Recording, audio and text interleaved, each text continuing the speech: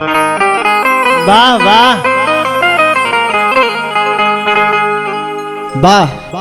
1 लाख भैया, आज हमनी के टीम फिल्म कंपनी के हाँ डायरेक्टर संजय अग्रवाल जी, संचालक राघवेंद्र चाचा जी के आदेश पे आज हमनी के आज दिल्ली में रिकॉर्डिंग हो रहा बा लाइव। और सच बात है ये कहे के बा कि कृष्ण भगवान के भजन होके चाहे कोनो भी भजन होके गोपी लो ना होके गोपी लो ना होके वाह वाह ये बात बा। और आई हम गायक आशुतोष यादव बागी बलिया उत्तर प्रदेश से संयोजक विमलेश शर्मा जी के आदेश अनुसार कार्यक्रम शुरू कर ले बनी जा। हाँ जी। और बड़े भाई शुभम चतुर्वेदी जी के भी आशीर्वाद प्यार रहल बा एमे। वाह वाह। भाव का बा 1 लाख भैया।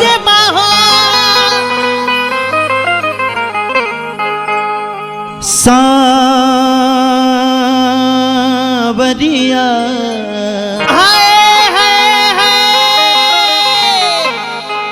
मोरी सांवरिया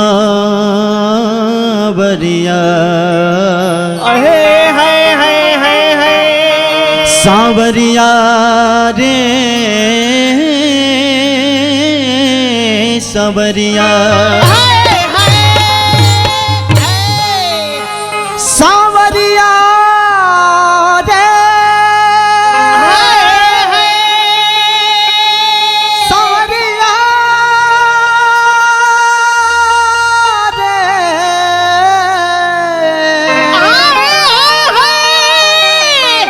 मोरी सांवरिया सांवरिया रे सांवरिया।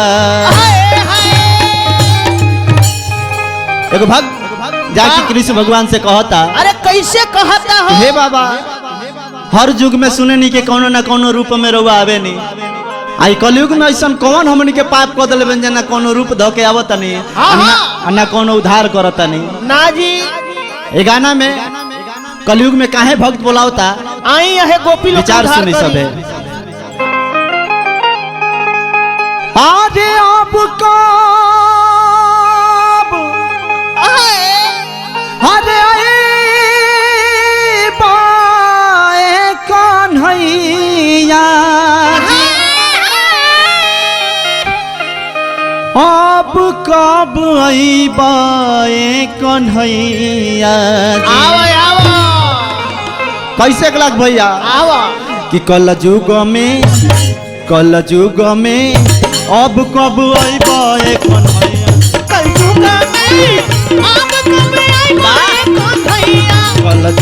में अब कब आइबे कन्हैया।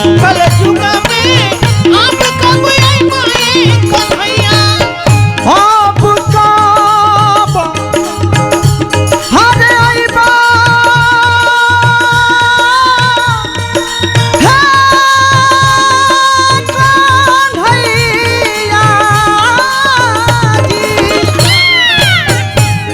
भक्त कहता हरे अब कब आइबे कन्हैया जी। अब कब आइबे कन्हैया जी। कल युग में अब कब आइबे कल युग में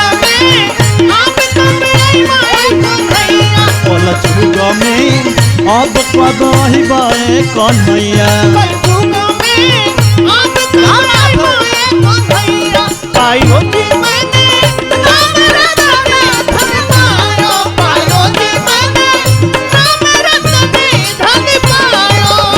मीरा के प्रभु गिरधर नागर, मीरा के प्रभु गिरधर नागर।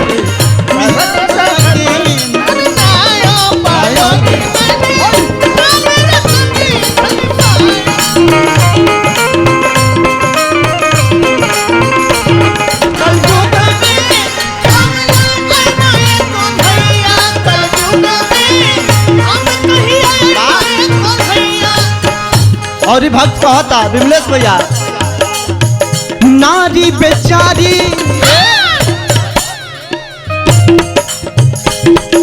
देखी हालांकि गरी मुर्गी के बड़ा भाव रही गइल बा। अभी तो भजन के भाव चलो तो 12 हेललो नहीं थे, ऐसे मुर्गी मरवाइए सके नहीं जा भैया। तनी मुर्गी के भाव देख के कहे के बा नारी बेचारी यही से कहल जाला कि तनी देहात में चल जालो। असली मुर्गी जौन होला पूरा घिरनटी काट के आ जाला आदमी सोम पे, तौ नाला सोम लेखा के कहे के बा नारी बेचारी द्रौपदी पुकारी सुनते हो गइल सहैया कन्हैया हो सुनते हो गइल सहैया।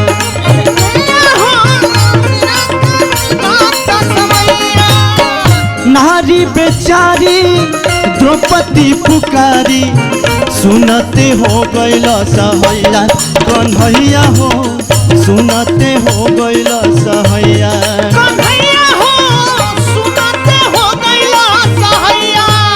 भक्त कहता के भगवान कहता हो हरि रोजे अपहरण अब होता चिरहरण हरि रोजे अपहरण अब होता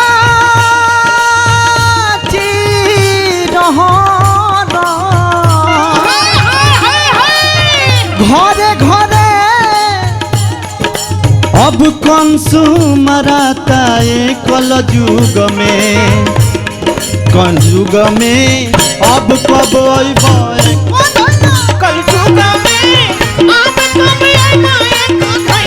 कल युग में अब कब कन्हैया।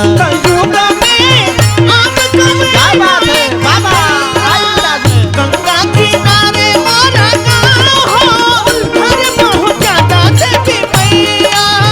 गंगा किनारे मोरा गाँव हो घर पहुँचा देवी मैया। अरे पहुँचा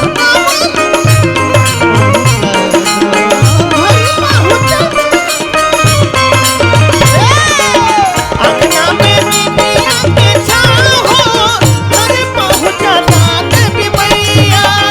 अंगना में दीदिया के छाँव हो घर पहुँचा देवी मैया। कलयुगा में अब कहीं माए मुरारी कलयुगा में अब कहीं और भक्त कहता बाबा बड़ा ही प्यारा भाव बा आगे कैसे बाहो कहता भक्त की मुर्गा मछली ए शुभम भैया किया शुभम चतुर्वेदी भैया बानी स्वागत अभिनंदन बा। लेकिन कहे के भाव है बा कि पहले जब जग होखे कौनो भी जग होखे उनमें प्याज लहसुन ना छुआवल जाता रहे। लेकिन आजकल के जौन स्थिति हो गई बा कि जौना परोज में मुर्गा मछली है भेटाए ना परोज सक्सेस रहत बा ना भाव कहत का बा भक्त मुर्गा मछली पसंदा भइल बा मिले न माखन खबैया कन्हैया हो मिले न माखन खबैया।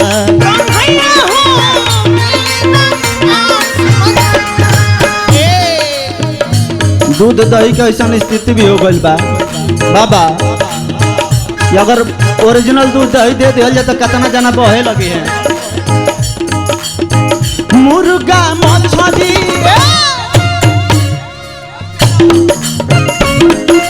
अरे और बना के आओ हरी पसंदा भइल बा मिले न माखन खबैया कन्हैया हो मिले न माखन खबैया।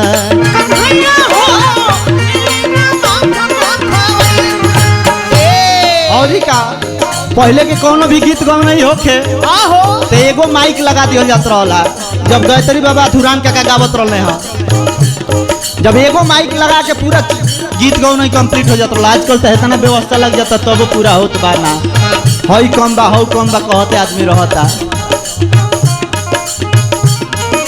अब कहाँ बाड़े अधूरा ने लेखा गवैया। अरे बाबू अरे हाँ रे अब कहाँ बाड़े अरे धूरा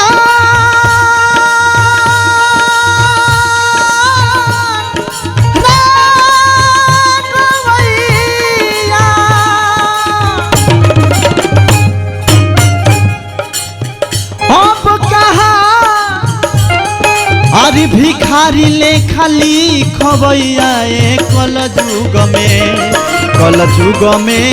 अब कब कन्हैया कल जुग में अब कब कन्हैया कल जुग में अब कब कन्हैया कल जुग में अब कब देखिए छोटे बाबा अगर गीत गौनाई के हमन के लास्ट में जो नारदी के व्यवस्था बा गौनाई वाला उ थाट ना लगे तो लोग कही के बेसवा तनी दो पड़ल ह। लेकिन आजकल के कंपटीशन का जमाना बा चपल रहे के बा लेकिन भाव वे कहे के बा कैसे कहे के बा हो हां रे अब कब हो अरे आई बा हे कन्हैया जी हो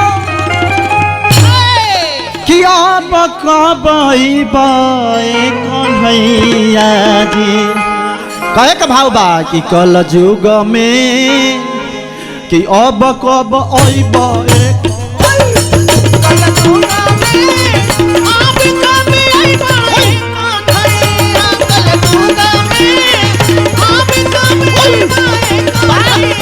कल जुग में अब कब अइब कन्हैया कल जुग में अब कब अइब कल जुग में अब कब कन्हैया कल जुग में अब कब ये गौरी बा अब कब कन्हैया कल जुग में कल जुग में अब कब एक बार प्रेम से बोली कृष्ण भगवान की जय। देखी जब भजन में रोबा नाच ले तो जीवन में मोह माया के जाल में नाचे के ना पड़ी चले